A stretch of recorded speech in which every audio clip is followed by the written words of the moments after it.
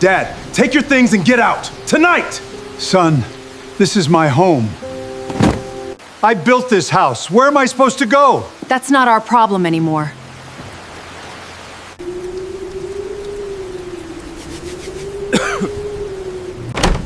Dad!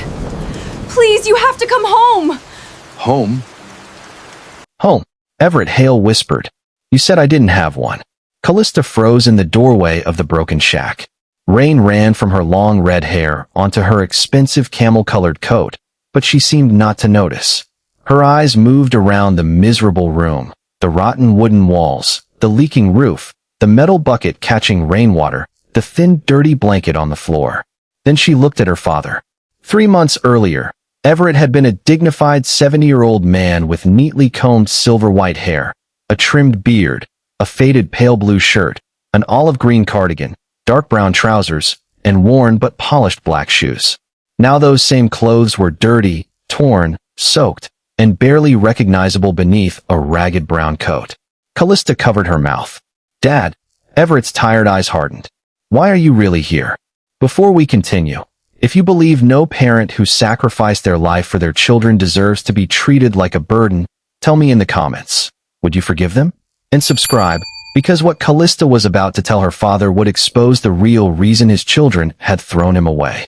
Callista stepped farther into the shack. Malachi is in trouble. Everett gave a weak, humorless laugh. So you drove all this way because your brother is in trouble? It's more than that. She swallowed. The bank froze the company accounts this morning. Everett said nothing.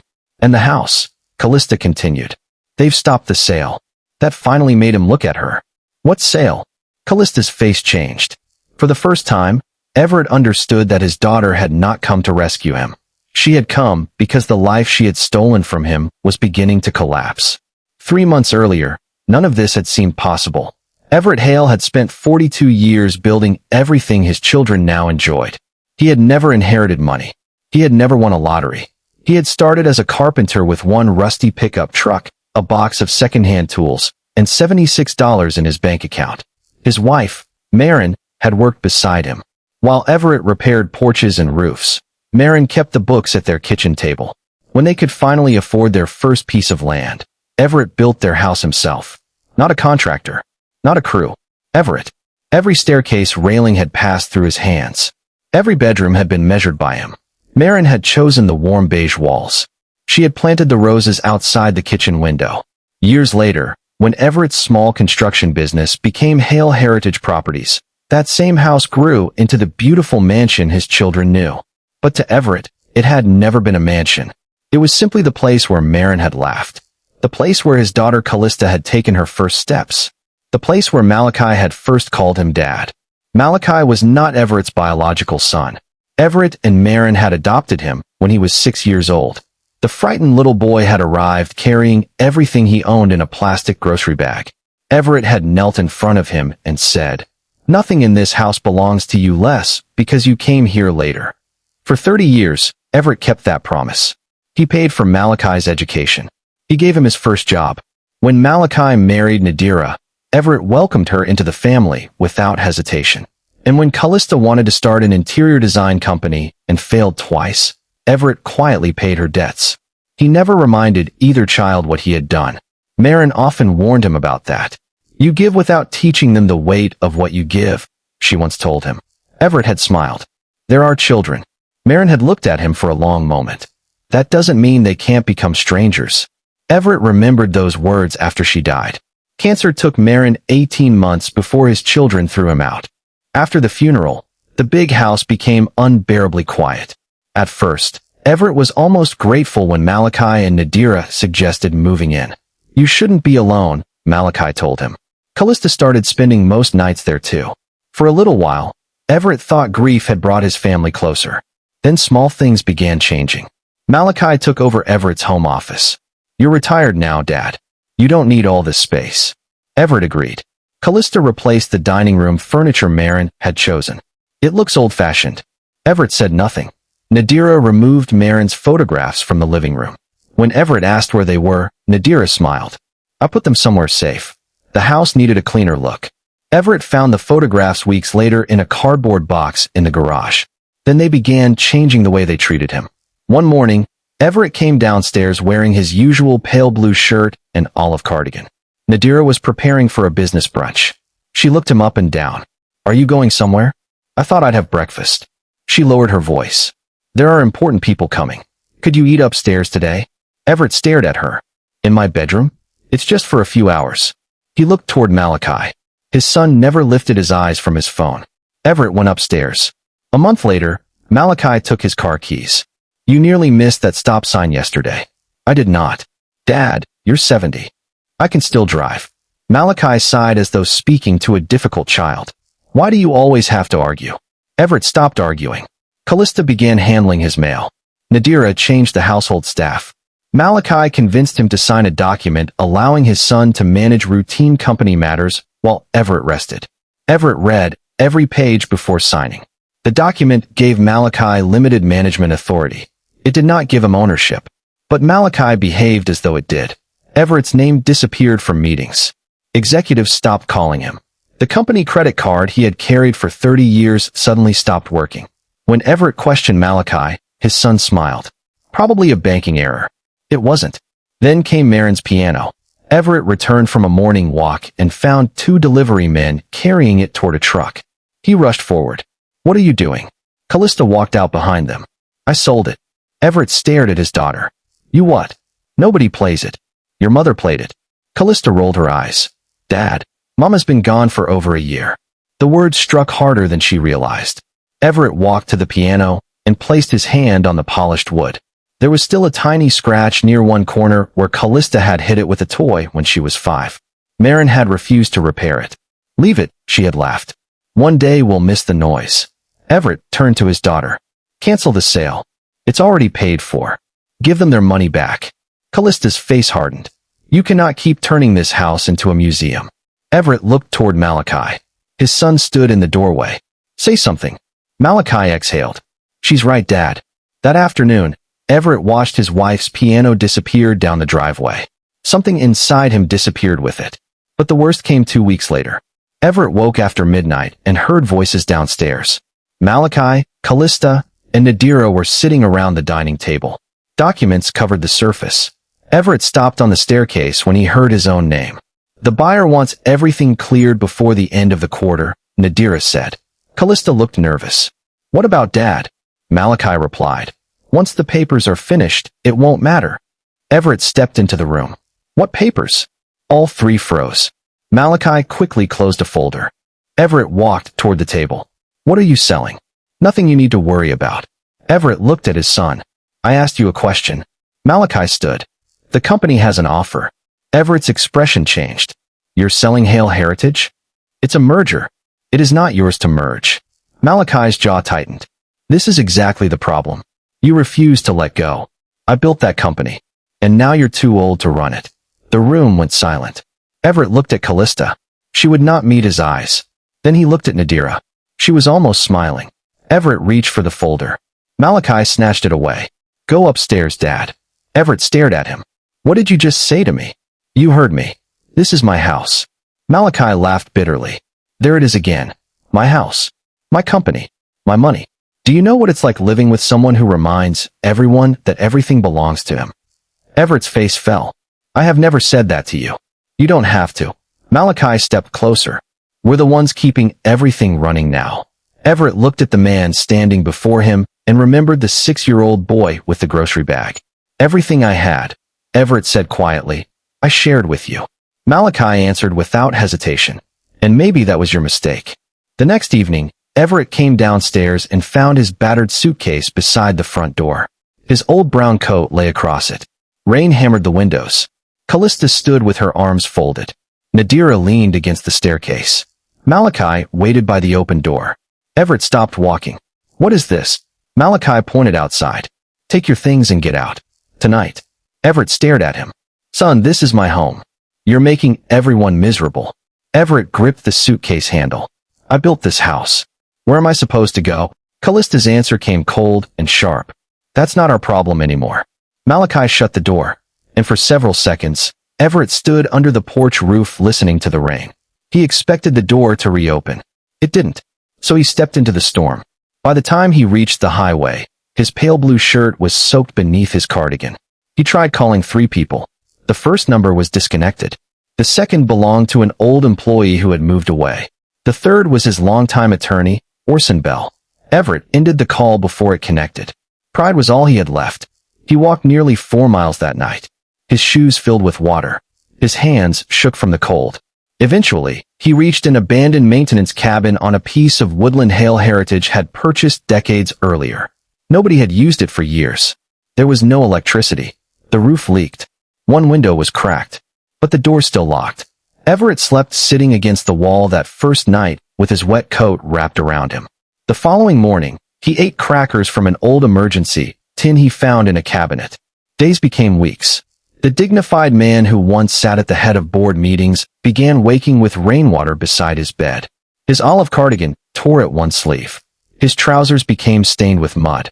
The black shoes he had polished every Sunday cracked along the soles. Some evenings, dinner was canned beans.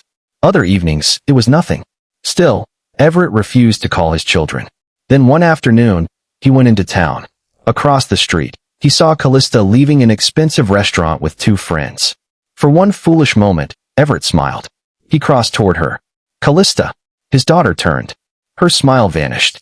Her eyes immediately moved over his torn coat, untrimmed beard, and cracked shoes. Her friend stared. Dad. Everett stepped closer. I just wanted to see you. Callista glanced behind her. Why are you dressed like this? Everett looked down at himself. You know why. Her face tightened. Could we not do this here? Do what? People are looking. Everett stared at his daughter. Then he said quietly, I wasn't asking you for money, Callista. I only wanted to see my child. She looked away. Everett nodded once. Then he walked back across the street. That was the day something inside him finally stopped waiting for them. 2 days later, someone knocked on the shack door. It was Orson Bell. Everett's 74-year-old attorney stood outside, holding an umbrella and looking horrified. My God, Everett. Everett tried to smile. You always were dramatic. Orson did not laugh. Within an hour, Everett told him everything. When he finished, Orson placed a folder on the broken table. There's something you need to know. Malachi had tried to sell Hale Heritage Properties. Callista had signed preliminary documents. And Nadira had submitted paperwork claiming Everett had permanently transferred control of the company. Everett stared at the pages. I never signed this. I know. Orson turned another page toward him. Someone had copied Everett's signature. But Malachi had made one enormous mistake. Years earlier, after Marin became ill, she and Everett had reorganized the company. 51% of Hale Heritage's voting shares had been placed into a protected family trust. Everett was still the controlling trustee. The mansion itself was also held by that trust. Malachi could manage certain operations. He could not sell the company. He could not sell the house. And he certainly could not transfer either without Everett. Orson looked at him. They thought you had given them everything. Everett shook his head. No, I trusted them with everything. There's a difference. Orson immediately notified the bank and company auditors. Accounts connected to the attempted sale were frozen. The proposed buyer withdrew. An investigation began into the forged documents. And that was why, 3 days later, Callista's expensive car pulled up outside the broken shack. Now she stood in front of her father crying. Dad, please. You have to come home. Everett looked at her. Because you miss me? Callista said nothing. Or because the bank froze your accounts? Her face crumpled. Malachi said everything would be fine. That isn't what I asked. Tears rolled down her cheeks. No. Everett leaned back in the broken chair. No what? No. I didn't come because I missed you. The admission seemed to hurt her as much as him. We need your signature. Everett closed his eyes. Even now, even after everything, they still needed something. Callista sank to her knees on the wet wooden floor. I was horrible to you. Everett opened his eyes. She continued. I watched him throw you out. I stood there. I knew it was wrong. And I let it happen because I thought if Malachi sold the company, I'd finally have enough money to never worry again. Everett said nothing. Callista began sobbing. When I saw you outside that restaurant, I wanted to run after you. But you didn't. No. Because your friends were watching. She nodded. Everett looked toward the leaking ceiling. Marin would have been ashamed. Callista broke completely. Everett did not comfort her. Some wounds should not be covered before they are cleaned. The following morning, Everett returned to the mansion. but he refused Callista's offer to buy him new clothes. He walked through the same front door wearing his torn brown coat, dirty pale blue shirt, ripped olive cardigan, stained trousers, and cracked shoes. Malachi was waiting in the living room. Nadira stood beside him. Orson and two company attorneys sat at the dining table. Malachi rushed forward. "Dad, thank God. We can fix this." Everett stopped. "You threw me into the rain." Malachi's face tightened. "We were angry. For 3 months." Nobody answered. Everett removed his wet brown coat and placed it over the same chair where Malachi had once sat while telling him he was too old to run his own company. Then Everett sat down. Orson opened the documents. "The attempted sale is void." Nadira immediately protested. "This is ridiculous." Orson continued. "Mr. Hale remains controlling trustee of Hale Heritage Properties and the legal beneficiary with lifetime residential rights to this property." Malachi stared at his father. "You knew?" Everett looked at him. "No." Malachi seemed confused. "I didn't know you were trying to steal from me." Silence. Callista lowered her head. Orson continued. "Effective immediately, Malachi Hale and Callista Hale are removed from all management authority pending the audit." Malachi stood. "You can't do this." Everett looked up. "You told me I was too old to run it. That was different." "How?" Malachi had no answer. Nadira stepped forward. "We're family." Everett's eyes moved to her. So was the old man standing outside this door in the rain. No one spoke after that. Everett did not send his children to the street. He did something they never expected. He sold the mansion, not to punish them, because he could no longer sleep in a house that had taught him how quickly love could become entitlement. With part of the proceeds, Everett renovated an old property near the edge of town. He named it Marin House. It became a residence for elderly men and women abandoned by relatives who considered them inconvenient. The first room Everett completed contained Marin's piano. He had tracked down the buyer and purchased it back. The little scratch Callista made at 5 years old was still there. Months passed. Callista eventually asked Everett for a job. Not at Hale Heritage. At Marin House. Everett told her there would be no executive office. No special salary. No family privilege. She started by serving meals and changing bed linens. For the first time in years, she learned what it meant to care for someone who could give her nothing in return. Malachi's road was harder. The investigation found that he had approved fraudulent documents, though much of the forged paperwork had been arranged by Nadira and an outside financial advisor.